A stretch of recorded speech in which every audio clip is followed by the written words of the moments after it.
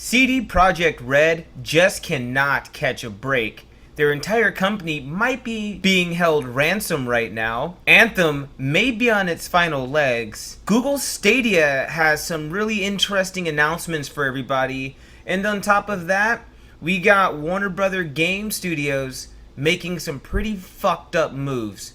For more information on all the breaking news, take a seat on the couch. My name is Ray, and I'm bringing you the news today.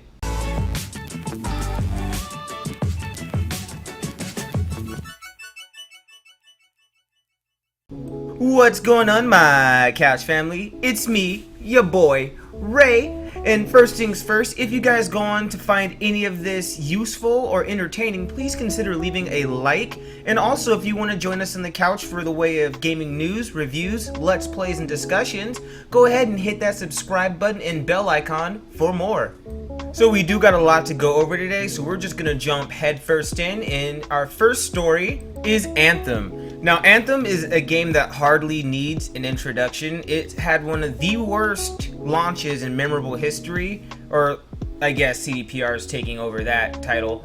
But Anthem had a really terrible launch, and the game's been struggling for survival ever since. It came out with a really lackluster story, not much content, and after it released, it was just plagued with bugs and low player count and just terrible optimization. You name it, it had it. It just wasn't the best launch. And as Anthem released, it just slowly started to disappear and die.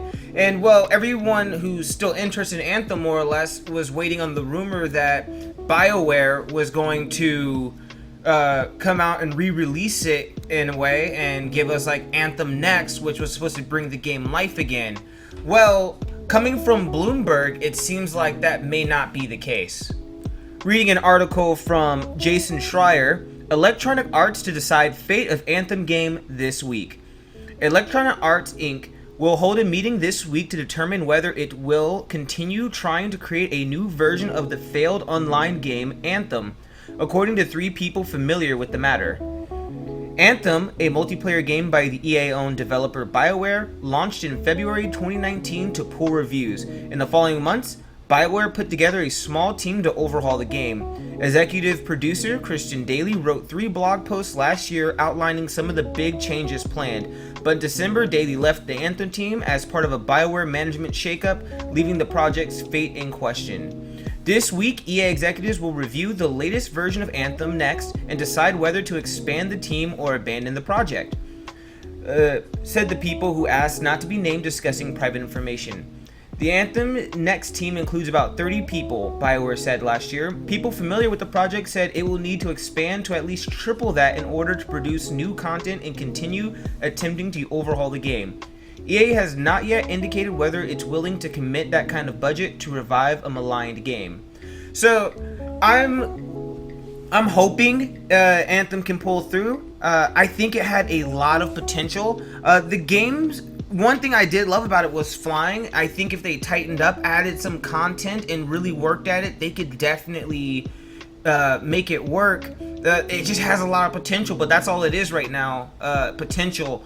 And I can't blame EA if they don't want to continue with it, if they want to just drop it and call it a loss. It'd be a shame because this is definitely a game that could have been something great if better leadership had taken the reins. So, I mean, that is sad, and I'm hoping that Anthem can survive it, but we'll have to see as the news breaks later this week. Speaking of companies and games just with terrible launches, that leads us pretty easily into our next story. CD Projekt Red, and man, oh man, can this company not catch a break.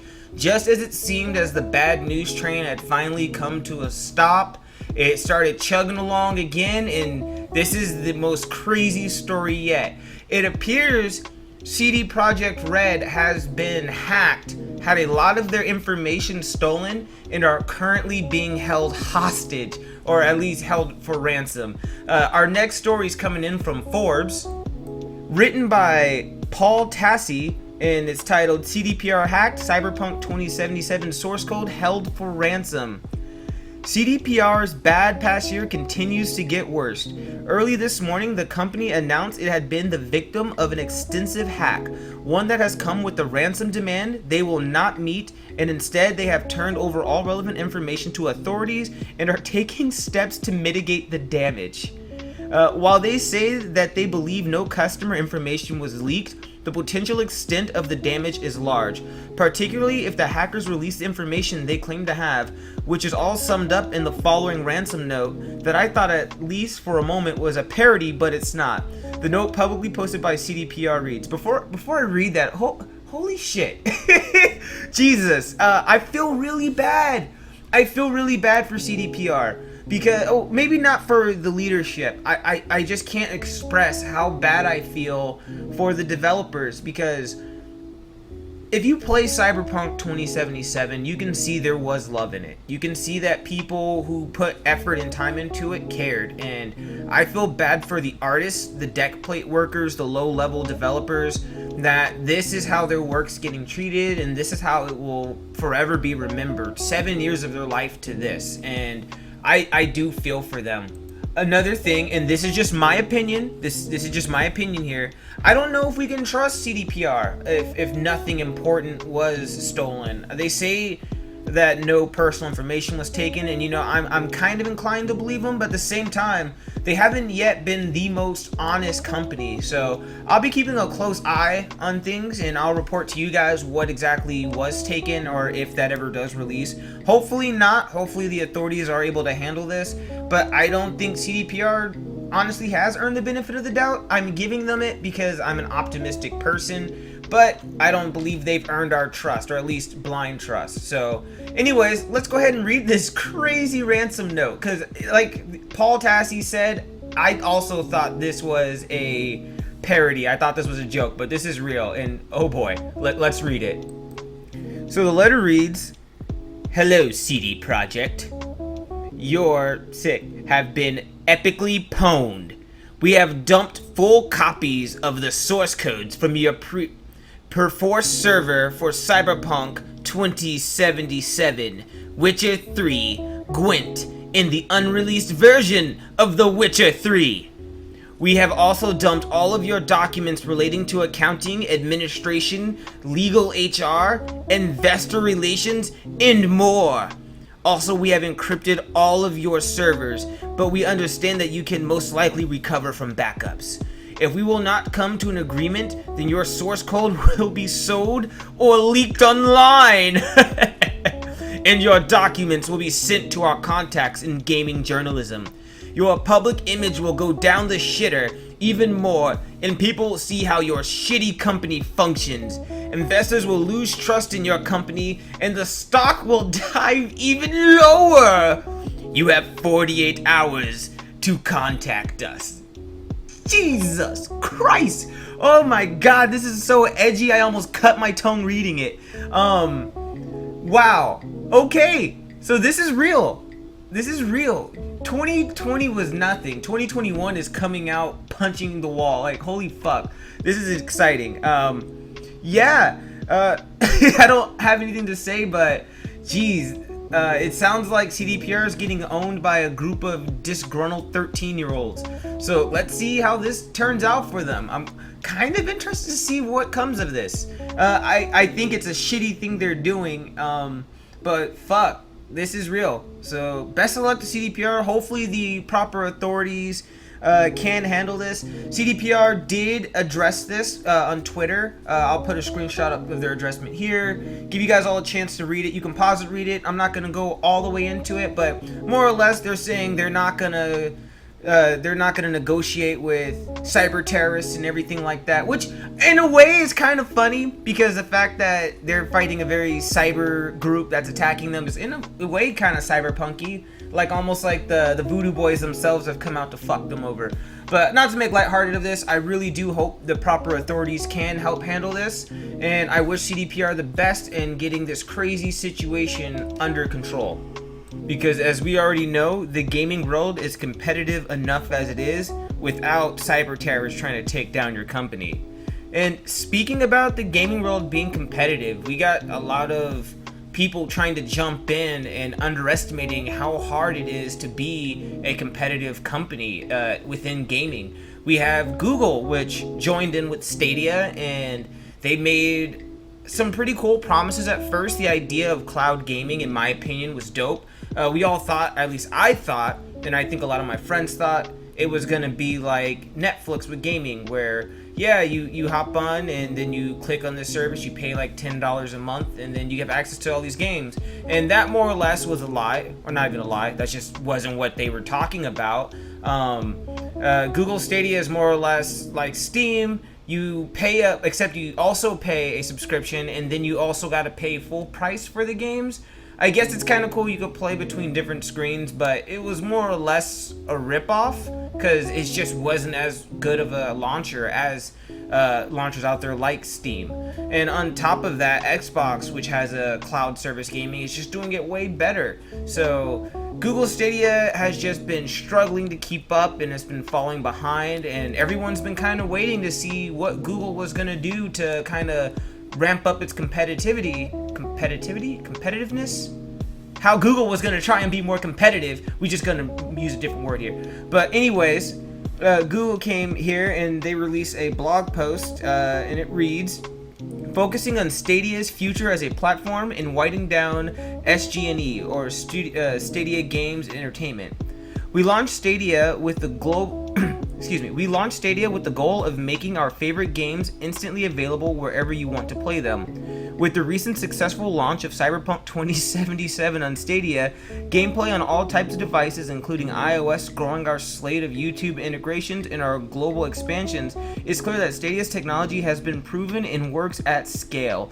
Okay, yes and no. There were issues with people getting Stadia to work as promised. Stadia does offer some pretty cool bonus abilities to play between multiple screens, as I said, but it just wasn't really enough to keep me interested and many others interested. So I kind of feel Google trying to give itself a pat on the back, but when you give a half-assed attempt at a launcher and then it blows up in your face, well, yeah. Anyway, skipping ahead to some more interesting parts. Of course, all sources will be posted in the description below. But jumping ahead to a part I find to be the most interesting of this post, and it reads, creating best in-class games from the ground up takes many years and significant investment, and the cost is going up exponentially. Given our focus on building on the proven technology of Stadia as well as deepening our business partnerships, we've decided that we will not be investing further in bringing exclusive content from our internal development team, Stadia Games Entertainment, beyond any near-term planned games. With the increased focus on using our technology platform for industry partners, Jade Raymond has decided to leave Google to pursue other opportunities. We greatly appreciate Jade's contribution to Stadia and wish her the best of luck in her future endeavors. Over the coming months, most of the SG&E team will be moving on to new roles. We're committed to working with this talented team and finding new roles to support them. So yeah. It seems that Google is basically more or less giving up on Stadia. It's taking down its in-house development team and is just going to be taking in third parties. I guess they're still going to be supporting Stadia with third parties, but more or less it seems like they're winding down. They got in more than they could chew, and yeah. I'm still rooting Stadia the best. I hope that Google isn't just bullshitting us. I hope they do find its workers better places or other places to work, or just keeps them employed, because right now this is not the time to be unemployed, and I really wish them the best. But yeah, that's just another company that jumped in half-assed and thought that because they had money they could give people what they wanted, and no, you got to be in this to win this. So I'm sorry to see that Stadia isn't going the way they thought, but hopefully it can revamp itself with supporting its third parties. And moving on to what I believe to be today's most troubling story, Warner Brothas has officially got a patent. More specifically, a patent on the Nemesis system from their Shadows of Mordor series. We're getting this news from John Ryan at IGN, and the story reads, WB Games' Nemesis system patent was approved this week after multiple attempts. Warner Brothers Interactive Entertainment, publishers of Middle-earth: Shadow of Mordor and its 2017 sequel, Shadow of War, both developed by Monolith Entertainment, have finally managed to secure a patent for the franchise's signature Nemesis system. The U.S. Patent and Trademark Office released an issue notice on February 3rd, 2021, stating that the patent would go into effect on February 23rd of this year. Warner Bros. Has the option to maintain the patent through 2035, providing they keep up with necessary fees. So that means for 14 years, nobody else can use anything too similar to the Nemesis system. And okay, well, let's read a little bit further into the article exactly what they mean by the Nemesis system. Again, if you want to read the article in its entirety, feel free to click into the description box and click on the link yourself. But reading in more, while the language in the application is fairly obtuse, as most patent claims tend to be, the short version is that the patent covers a system featuring procedurally generated NPCs that exist in a hierarchy and interact with and will remember the actions of players, have their appearance behavior altered by players, and whose place in that hierarchy can change and affect the position of other NPCs in said hierarchy. And yeah, that is a simplified version. Okay, so more or less, yeah, having NPCs remembering you from past interactions or other cool things like, if you guys ever played the Shadow of Mordor series, you could fight like a basic bitch orc. You can get in a fight with him, and if you lose, like, he remembers that fight. He gets named for killing you. He gets his back, his little minions get promoted, and you can basically end up getting like an arch nemesis or arch rival from just playing the game with a random enemy NPC, which is a really cool system. And the fact that WB has completely patented it means that other people will have to pay a license to use things similar to that system. And this is why it's bad, guys.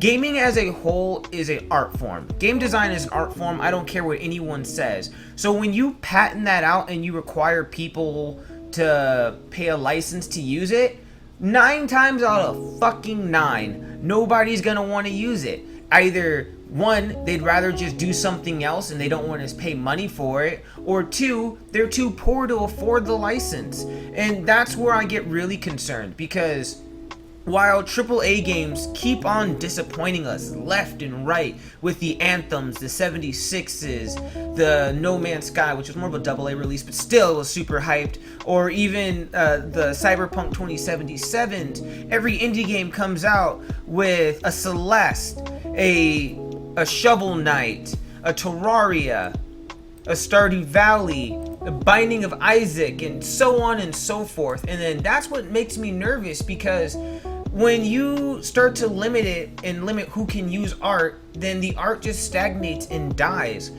Could you guys imagine, just imagine with me for a second, and this is just speculation, but if every other AAA studio thinks, oh fuck, we need to start patenting this out or we're gonna have to pay prices for licenses and shit to do it, can you see how quickly this can roll downhill and just become just complete and utter bullshit? Just imagine for a second, Nintendo said nobody else can do side platformers that remind you of Mario. Just how many games right there are dead? How many games could never survive?